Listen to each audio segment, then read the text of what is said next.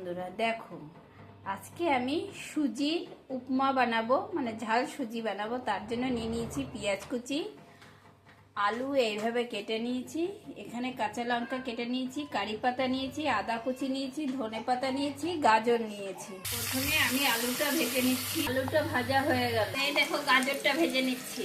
এবার দিয়ে দিলাম আমি লঙ্কা কুচি, আর দিয়ে দিচ্ছি কারি পাতা, এবার দিয়ে দিচ্ছি আদা কুচি, এবার দিয়ে দিচ্ছি একটা পেঁয়াজ কুচি করে রেখেছিলাম, ওটা দিয়ে দিলাম।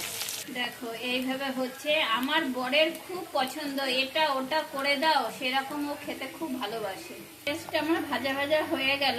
এর মধ্যে আমি আলু ভাজা আর গাজর ভাজাটা দিয়ে দেবো। এই দেখো দিয়ে দিয়েছি।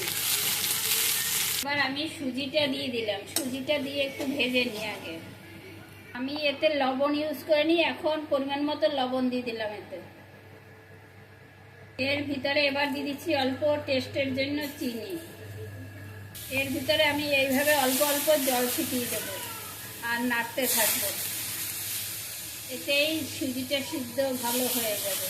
একবারে জল দিলে আবার একসঙ্গে জয়েন্ট বেঁধে যাবে, সেই জন্য অল্প অল্প করে জল দিতে হবে। এই দেখো, এবার আমি ধনে পাতা কুচি দিয়ে দিলাম।